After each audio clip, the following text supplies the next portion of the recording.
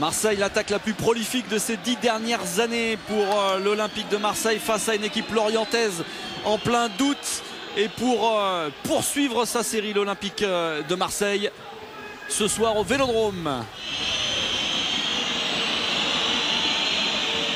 Attention, attention à Briel. Briel en deux temps. Briel face à Mandanda, la parade de Steve Mandanda. Ce n'est pas terminé. Ça va revenir avec un centre l'orienté. Coupé premier poteau. On s'est beaucoup regardé dans cette défense marseillaise. Et la première occasion franche, après seulement 2 minutes, elle est pour les Lorientais, Stéphane. Ouais, ils sont pas bien rentrés dans la partie, ces Marseillais. On voit ce ballon de Mansouri. Ce mauvais renvoi de Théo au plein axe. Et puis là, Briel une première fois contré. Et la bonne sortie de Steve Mandanda qui vient à son encontre. Ziani.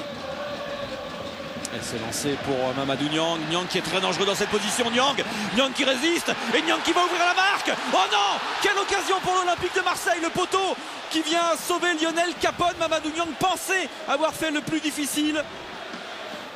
Ouais, c'est bonne course croisée de Mamadou Niang qui prend le dessus sur Benjamin Janton. Là, il frappe le bel arrêt de Lionel Capone. Ça suffit pour contrarier l'attaquant marseillais. Ce ballon qui vient heurter la base du poteau. Et malheureusement, il est pris par son élan, Mamadou Niang. Et il ne peut toucher ce ballon, effleurer ce ballon. Ben Arfa. Hilton avec Valbuena.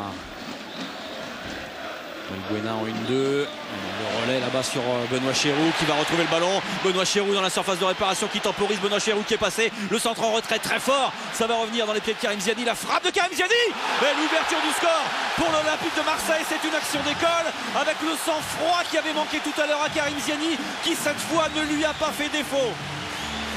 La troisième tentative est la bonne avec ce 1-2.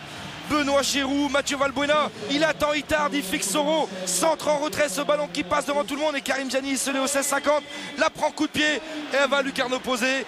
Mais il la mérite cette ouverture du score parce qu'il y a eu quand même 3 offensives marseillaises pas récompensées. Et là Karim Ziani, il met ce ballon hors de portée de Lionel Capone qui ne peut strictement pas intervenir.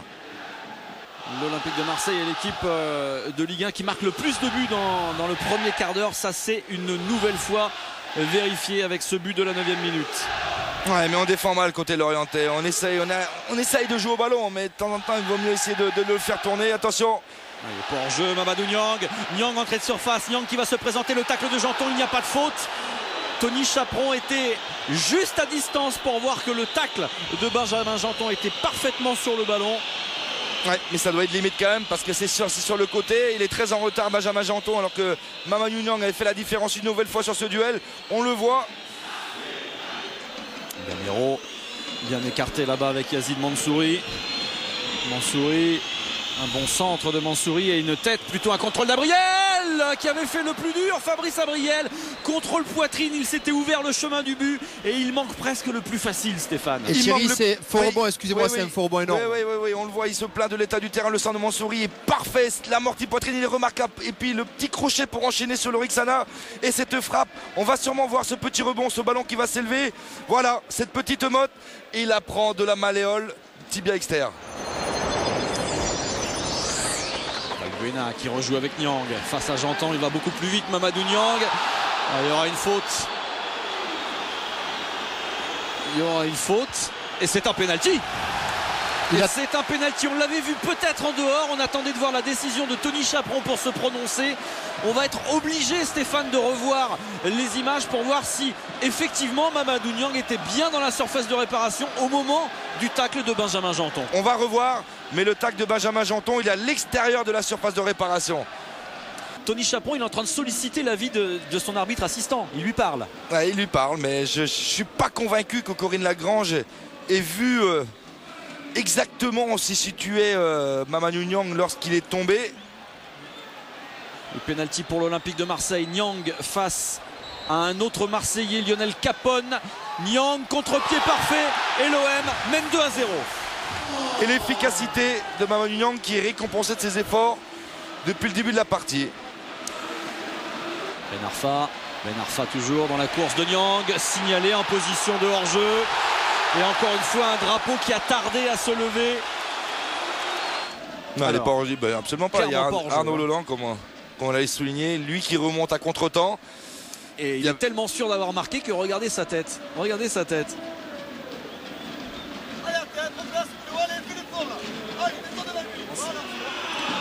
Le Pen fort dans la surface avec Hilton qui dégage. Niang. Grandin, ça va revenir sur Le Pen. Avec beaucoup de joueurs lorientais. Et un ballon contré. Fort devant le but. Et c'est encore sorti par un Marseillais. Attention, la réduction du score. Lorientaise, elle est magnifique. Cette réduction du score. Et elle est signée Morgan Amalfitano. Avec ce bon centre de Gamero, nouvelle fois, ça passe devant tout le monde. Il y a le bon dégagement de Laurent Bonnard. Et là, la reprise de volée d'Amalfitano située à 18 mètres du but de Steve Mandanda. Il ne se pose pas de questions. Chirou. Pas de hors-jeu, pas signalé. Mamadou Niang avec la sortie de Capone qui va y aller. Mamadou Niang, la claquette de Capone. Un ballon qui n'est pas sorti. Attention, c'est pas mal fait. Quelle occasion pour l'Olympique de Marseille, c'est sauvé par Bakary Soro. Ouais, quel manquait surtout d'Ilot Grandin au premier poteau qui était venu couper la trajectoire. Abriel avec Bayeroua. Bayeroua, il y a des espaces dans cette défense marseillaise avec deux Lorientais absolument seuls. Attention à Abriel et l'égalisation lorientaise. On la sentait presque venir. Il était seul. Pas un défenseur marseillais à moins de 5 mètres. Il a pu tranquillement armer sa frappe et ramener le Football Club de Lorient à 2 buts partout. Et ce rebond il se situe juste devant Steve Mandanda. Cette pelouse qui n'est pas très bonne non plus. Et le portier olympien ne peut même pas toucher le ballon. Zenden toujours, le ballon en retrait. Grandin avec les Lorientais qui sortent tous maintenant et qui vont réussir à écarter le danger, peut-être à partir en contre-attaque avec Fabrice Abriel. Attention, il y a Gamero qui est seul au centre. Abriel qui va servir Kevin Gamero peut-être pour le but du chaos. Gamero et Lorient mène 3 buts à 2. Kevin Gamero qui vient inscrire le 3e but lorientais. Ça paraît tellement facile dans cette défense distendue de l'Olympique de Marseille. Marseille qui s'est trop livré. Marseille qui a laissé des boulevards. L'équipe lorientaise qu'on avait vu tiborer en première période, qui petit à petit, on le disait, a pris confiance en ses moyens à force d'imprécision marseillaise. Attention. Il est hors-jeu. Il est hors-jeu.